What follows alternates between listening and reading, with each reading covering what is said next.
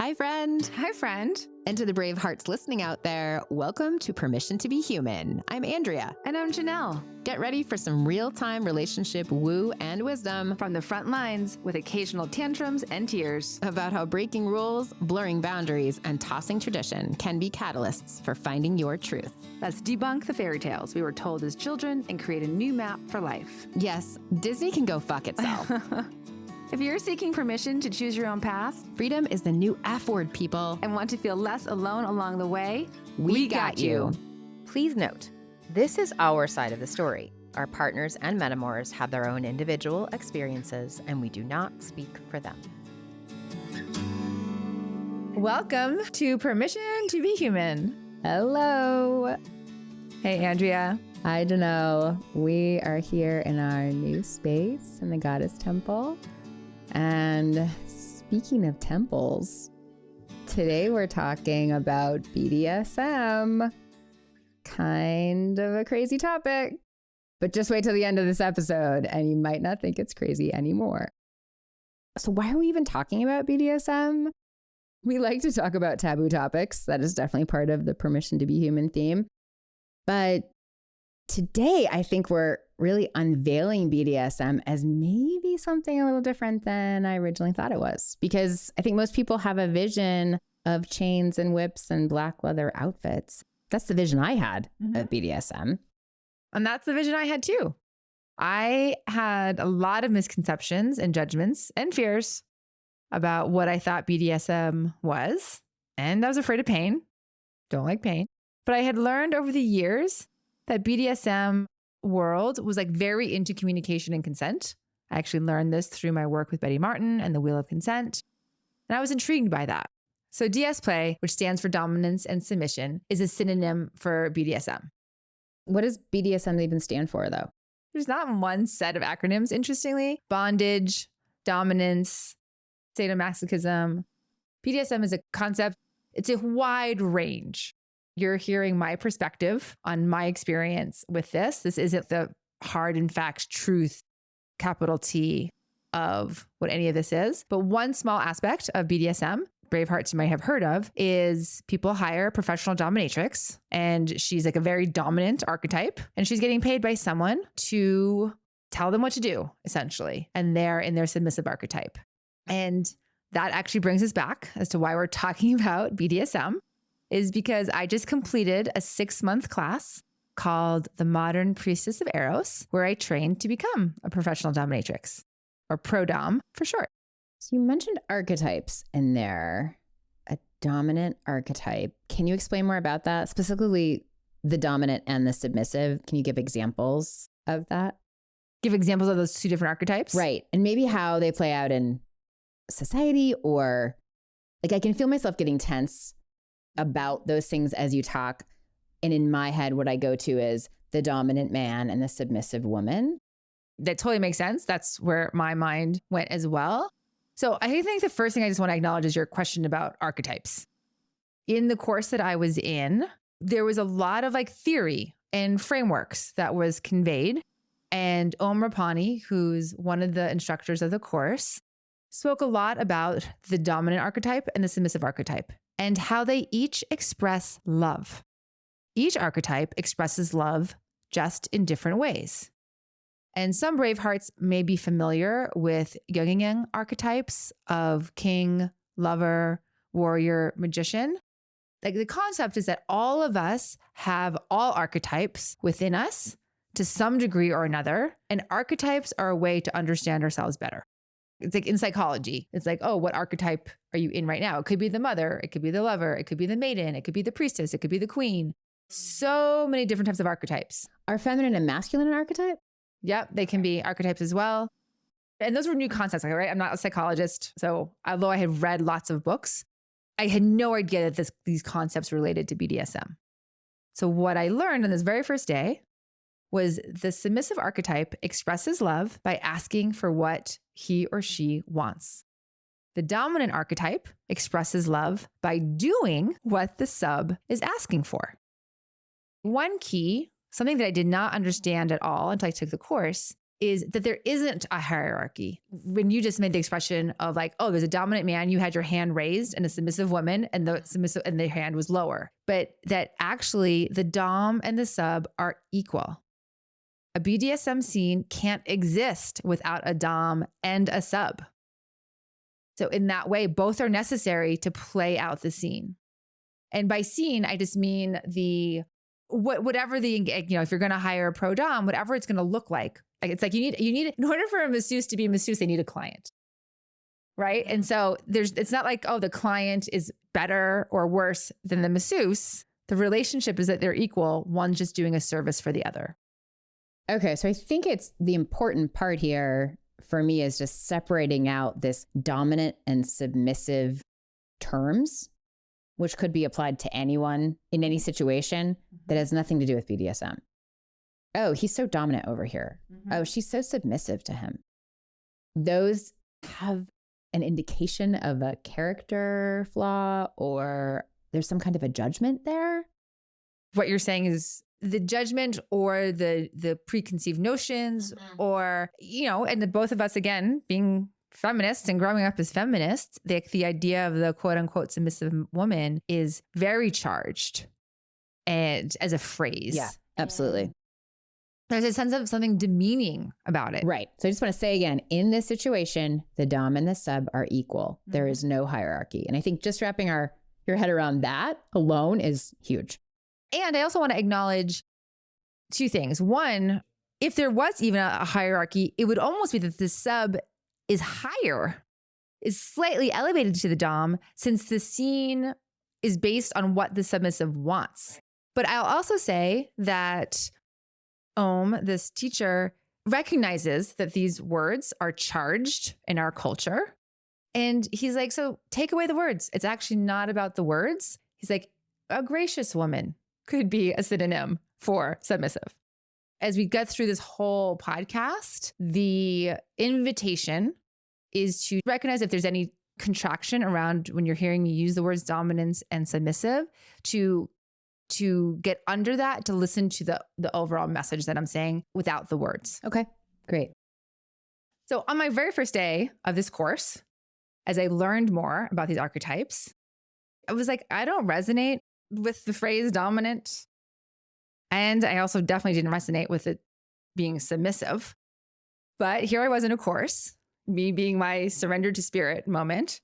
And the expectation of the course was that in order for us to become masterful pro-doms, we needed to understand both our dominant and submissive archetypes. And thus, my journey began. Okay, so it seems like this course, even though the intended outcome was to train you as a pro-dom, it's really a deep dive into your own psyche. Yes. In fact, that is actually it. There was 12 women in this course, and I think more than half were not taking it because they thought they were going to get paid as pro-doms. There was something about this that they wanted to learn about themselves with. And for me, I was like, I'm not into BDSM. I don't know that I want to be pro-dom, but I also feel called to this course. The first day, he had us raise our hands, who feels like they're dominant and who feels like they're submissive. And I didn't raise my hand for either because I didn't resonate. What became very clearly was that I am dominant. And that shows up actually in all parts of my life. As an entrepreneur, as a coach, as a tantrika, as someone who plans events, as someone who runs meetings, as someone who's in charge lots of the time, someone who can hold space and time containers. All good things.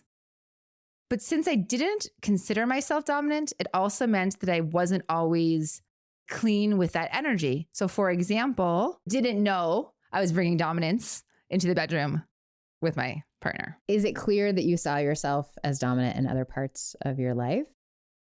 Once he explained it, I was like, oh, right. Like now I'm understanding what being dominant means. Like I had the idea of like, oh, a dominant man is domineering, controlling, aggressive. And actually, no, it's not that. So there's like me just having my own incorrect. It can be that. It can be that, but it's not only that. And so I basically had pigeonholed the definition into dominant means this, XYZ. And really, dominant meant a whole bunch of other things that I did embody that I wasn't identifying with. Okay. So you didn't have a clean picture of yourself. Correct.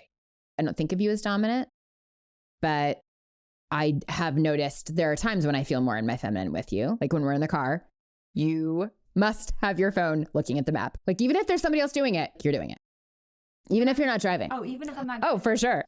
I mean, but that's just like, that's fine. You know, it doesn't bother me. And then in meetings too, you're usually leading. But I wouldn't call you dominant necessarily. So I think there's where the misunderstanding can happen. Yeah. And so what has happened is that I found archetypes to be a powerful way to understand parts of myself that were obvious to others, but not obvious to myself. So this little exchange about like the GPS on the phone in the car is like, wait, I have my GPS on if I'm on the passenger. Like I don't even recognize that I do that. And so you're like, oh yeah, you do that all the time. And so it's just like, oh, here's a mirror. There's no judgment to it. So then you mentioned you didn't have a relationship with your submissive archetype either. So did you end up discovering one, or what about that? Yes. So back to the start of the conversation about, like, I had so many judgments about being submissive that I was like, there's no way I'm submissive. The contrast of like, if I'm not dominant and I'm not submissive, then like, what am I? I discovered my submissive archetype. And the highlight, which is why I suggest people keep listening to this episode, is that I discovered that the essence of my joy, my radiance, and my freedom lies within my submissive archetype. Because the submissive knows what she wants and she knows how to ask for it. Just take a deep breath there. The submissive knows what she wants and asks for it. Which is so fascinating considering we just did an episode last week on learning to ask for what you want. Actually, that episode was called Asking for Help, which is a big difference because I started confusing them when we were writing these and you're like, no. Yes, you're right. We actually did one about asking for what you want maybe a while back. So a little bit different, but still it centers and starts with knowing yourself and what you need. Mm-hmm. Okay. So are you submissive? Yes. And what it means is that I have a submissive archetype, and that is extremely powerful. But I also have a dominant archetype. I also have a mother archetype. I also hold the queen archetype. So archetypes are not fixed. We dance between them all the time, depending on the person or the situation. You mentioned, right, that sometimes you become more feminine around me. And I would say that there are plenty of times that you are domming me, especially when it comes to deadlines for this podcast. I also want to be very clear that dom and sub archetypes are not fixed to gender. In a broad stroke, would say that men are more naturally dominant and women are more naturally submissive, but that does not mean that either gender is assigned to any archetype. Some women can be more dominant, some men can be more submissive. This is like a huge range that each of us get to explore and play with. Because what I have discovered is that it's like, oh, I get to know parts of myself. And in any given moment, just like when we've talked about like, oh, pleasure gets to change. There's some time that like, I'm like in a motherly role with somebody, or, oh, here I am being surrendered and being more submissive. Oh, here I'm being more dominant. So it's giving me a freedom to let myself be not labeled or in a box. Okay. So what else did you learn? What I learned is that BDSM is the most misunderstood, profound, somatic healing modality I have ever experienced. Everything I had associated to it, black leather, whips, chains, dungeons, dark, aggressive, weird, pain, while all are true, is only one aspect of it. I didn't understand the psychological part, the containment part, the extremely clear boundaries in communication, the spiritual component. The more I learned, the more BDSM resonated with my system. Wow. Yeah, this has been a huge discovery for me just listening to you talk about this. So you must have had good teachers. Tell me about one of them. Yes, I've already mentioned Om. So there were two teachers, Om Rupani and Lauren Harkness, and they are both leaders in the Tantra community in New York. Om has been in the BDSM world for about 15 years and is an incredible dom and BDSM coach. He has an encyclopedic brain, and one of his turn-ons is synthesizing information and conveying it in a way people can understand. Not only like just any kind of information, like charged taboo information, and conveying it so that someone like me, here I am, militant feminist, and by the end of a course, I'm like, oh my gosh, you've just given me the language, the vocabulary, and the framework that I have an incredibly better understanding of myself. So I really tip my hat to Om for his skill in that. That's not everyone can do that. He sounds like a translator. Like he's translating it into relatable human language from where it sits in not an academic realm, but a different realm. In a way, very not academic, because BDSM is so on the outskirts. This is so taboo. And he's actually relating it to jazz, and he's relating it to the chakra system, and he's relating it to other spiritual teachings. So he is just showing it in this macro way, how it relates to everything within the human psyche. And for me in particular, I felt like I was Neo in the Matrix during the scene where all the languages and Kung Fu are getting uploaded into his system. That's how I felt. Wait, did you just make a movie reference? I did. Yes, I did. I have seen The Matrix several times. Okay, so you mentioned earlier that BDSM has a spiritual component, and you just mentioned the chakra system. So, tell me more about that. So for anyone who doesn't know the term chakra, in Sanskrit, the word chakra means wheel or circle. And it's a concept historically associated with ancient India, as well as Tibetan Buddhism and other faiths. So you can think of chakras as places along your spinal column where energy, and in yoga terms, that would mean prana, congregates or is concentrated. Om explained how when we activate our lower chakras with certain types of play, certain types of BDSM play, such as impact play, sex play, psychological play, it has the potential to release stuck energy, allowing the energy to move towards the upper chakras with the potential of freeing ourselves from limiting beliefs, shame, guilt, trauma, and change how we view ourselves. So that's big. Let's just take a breath there.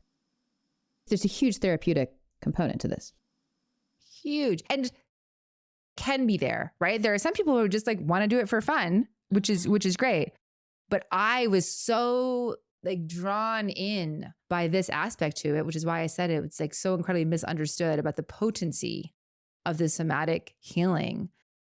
Almost explaining concepts to me that I've never heard of, but I could feel and knew were true in my body. And I felt like I was getting mainlined a drug, in fact, because the first 3 months were so impactful because he gave me the vocabulary and frameworks that my mind could understand, but that my body already knew. In this way, BDSM helps my mind and body become integrated. And the most important thing, as I said, not all of us knew why we were even in the course, is that while we were being trained on how to be a Pro-Domme, everything we learned also was applicable to our personal relationships. Even if you didn't want to do BDSM with your partner. Because there's these psychological components, how to be devoted in a relationship, how to relate to one another in communication, boundaries, limits. There was just so much. Okay. So what was the framework that you learned? Is there a structure, a formula? How does this work? In the simplest terms, while there's an enormous range of what can happen in a BDSM scene when someone hires a Pro-Domme, we are typically talking about a time range for about 1 to 2 hours. And again, I'm just going to shout out, A, I'm not an expert on BDSM. B, I'm really giving you my experience of this particular course and aspect. Someone else with a lot of experience is going to be there's way more to BDSM than a 1 or 2 hour container. Sure. This is just one example. So for envisioning a 2-hour container, that the scene is made up of 3 parts: containment, penetration, and containment. Now, the words may not mean what you think. In fact, they probably don't. Containment means energetically calming and relaxing the nervous system. How do I do that? Well, you've felt me do it with you. It could be holding onto your body, speaking slowly, wrapping you in rope, right? In BDSM, feeling held, a really tight hug, right, so that you feel safe. What it's doing is the containing of your energetic body is helping you feel safe in your body. There's another term of like going into posture, like kneeling down in front of your dom is that sensation of actually kneeling and bending down is very containing for our nervous system. So penetration means physically or energetically activating the nervous system. It does not necessarily mean actual penetration. So example of that is tickling, touching, anything? Yes. Yeah. It could be spanking, but it could be tickling. It could be flogging. It could be being suspended in a rope. It could be sensation play with feathers. So it's really a BDSM scene is a containment sandwich where you're containing and you're penetrating and then you're containing. So another way to say is that you're relaxing the nervous system, you're activating the nervous system, and then you're relaxing the nervous system. After you activate someone's nervous system, if you just then say, okay, bye, and you like leave the room, and they're kind of left hanging and disoriented. So it's this idea of once they're activated, then you're like, okay, great. Now I'm going to like, I could just like put my body on top of yours. I could just hold your hands. I could wrap you in a blanket and have you feel like a burrito. That sensation then is after having like expanded, like your nervous system has been expanded through this activating penetrative energy, that then it comes back to itself. This feels really resonant for me in just the aftercare of sex or at post-orgasm. Yes. Like needing to be held, resting. Yes. Let me come down. Let me land again after I was in the air and my energy was everywhere. Okay. In this way, when I was saying, oh, this applies to personal relationships, these frameworks are not just, oh, you're paying someone in a BDSM scene and this is when it applies. No, it absolutely applies to like a sexual exchange with a partner. Can you tell me a little bit more about this BDSM scene that you're making reference to?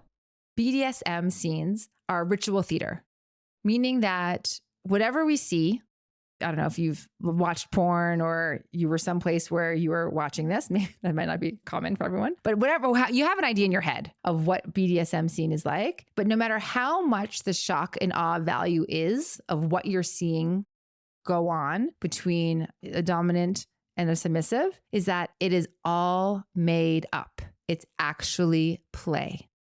Okay, I just got to stop for a second because when I see the phrase ritual theater, and you've mentioned this to me before, I'm just like, this is what Burning Man is made of. Yeah. I've never even fucking been to Burning Man.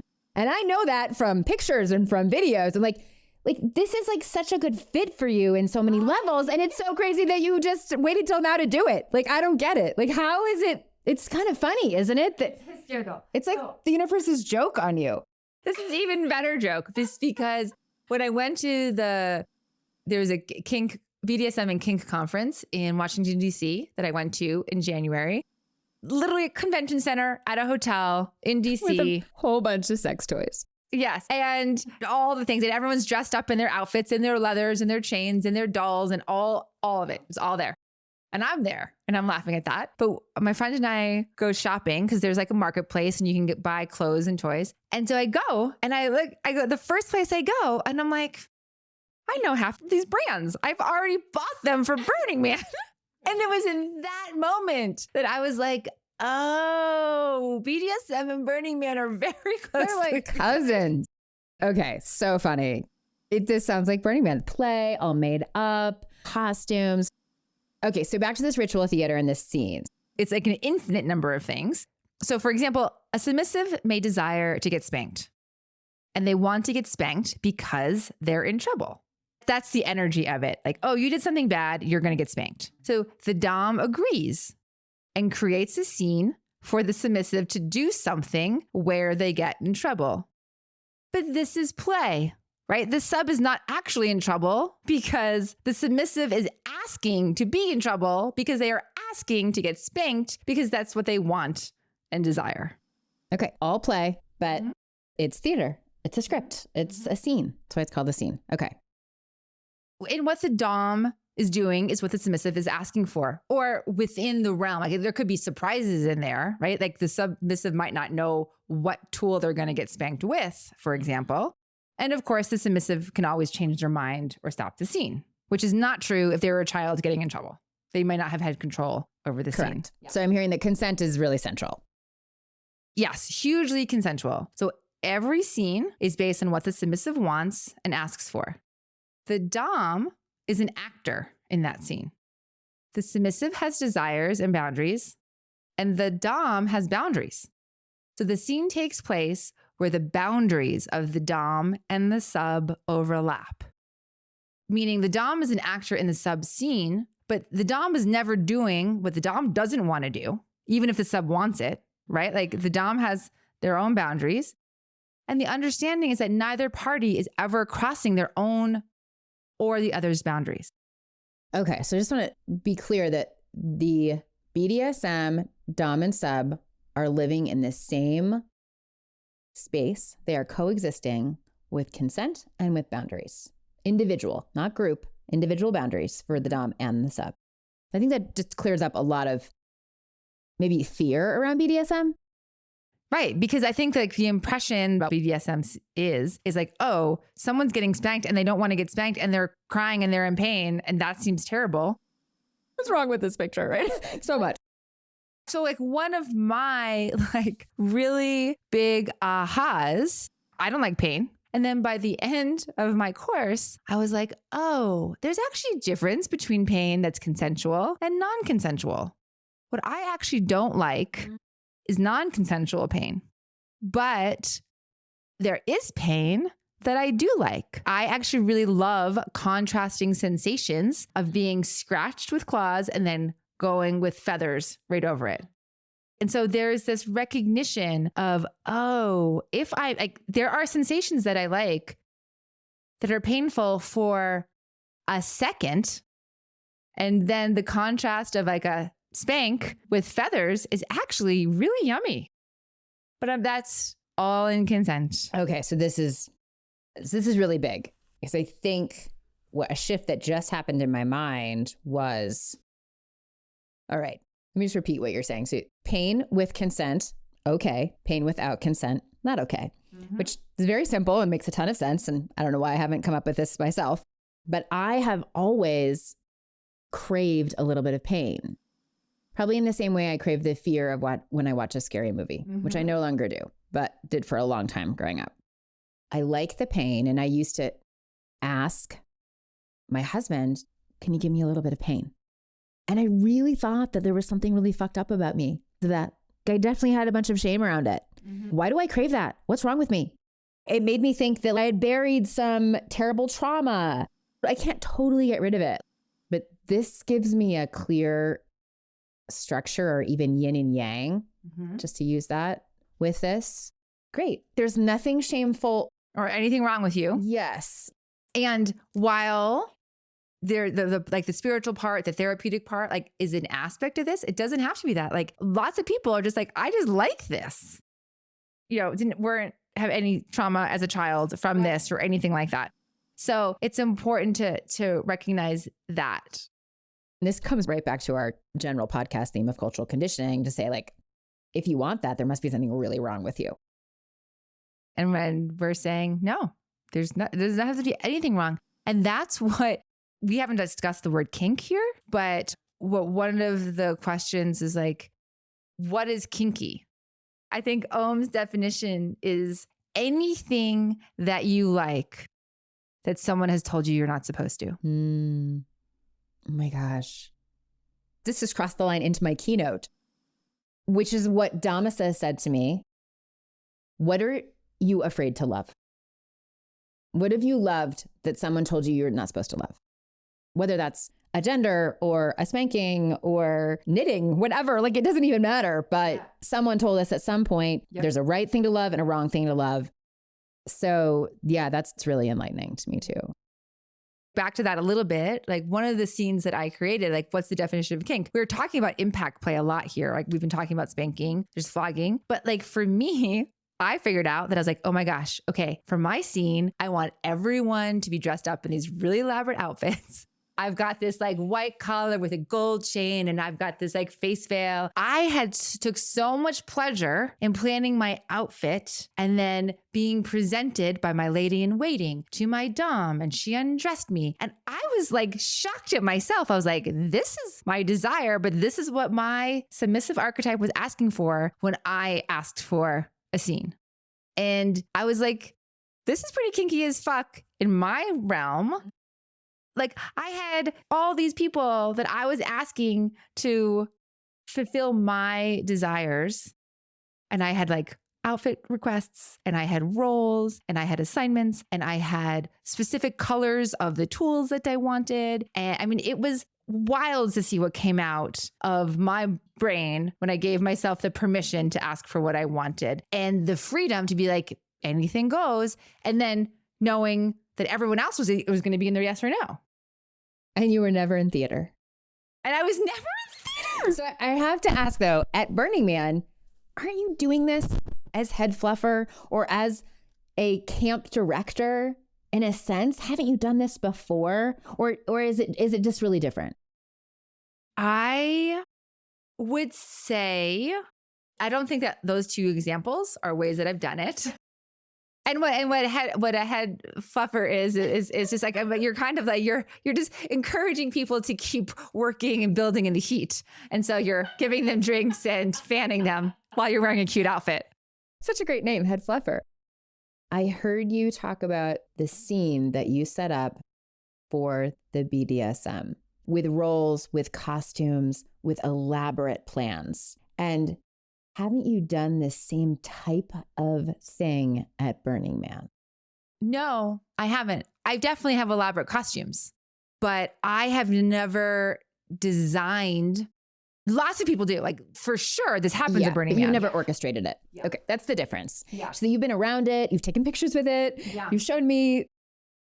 But it's also like my definition now of what BDSM is expanded because I had a very like, here's what it looks like. And now I'm like, oh, right. I can create a scene in lots of different, I would say in some ways, like my birthday party that I just hosted was like a scene. I was like, everyone who comes, I want you all to get dressed up. This is what's going to happen. You're going to get abducted.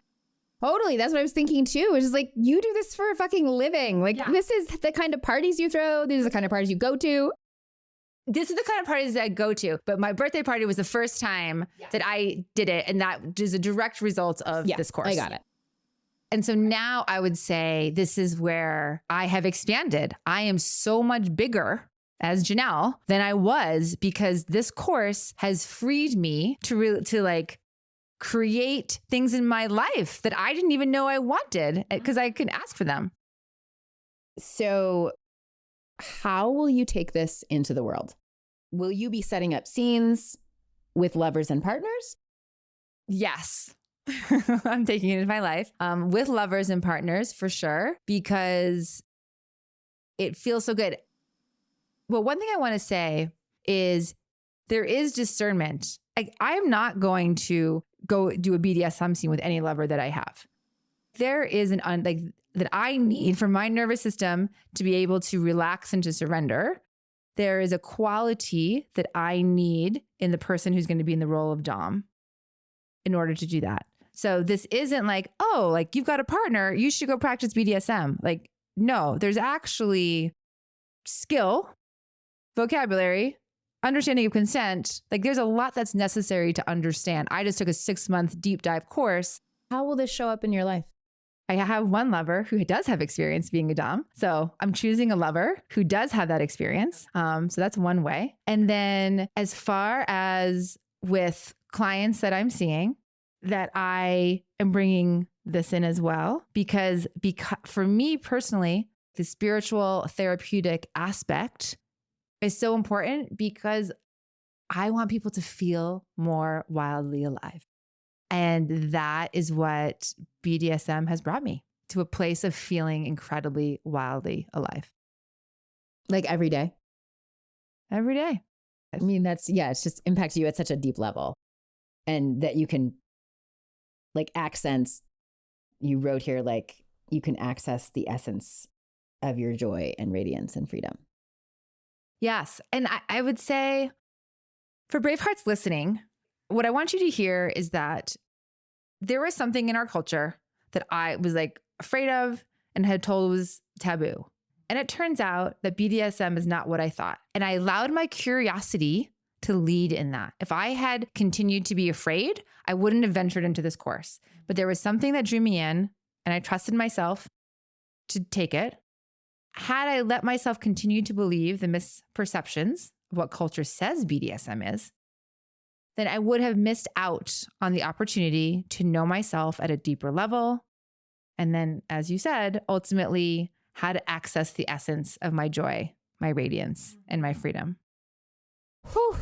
All right. Thank you for enlightening us. This is a great little 101 on BDSM, just for anyone who's just even vaguely curious about it. Yes. And I would say, Bravehearts, as I said, like, this isn't like, try this at home with anybody. I don't think I didn't give you enough of a tutorial on how to do that. But someone I would recommend you looking at is Rupani. And there is a tremendous amount of books and information out there. So at the very least, all I want you to, I hope that you leave with is maybe it's not what you thought. You don't have to like it. You don't even have to try it. You don't have to read anything about it. But at least I'm leaving you with the idea of like, oh, Janelle saying something that I didn't know. Yeah, love it.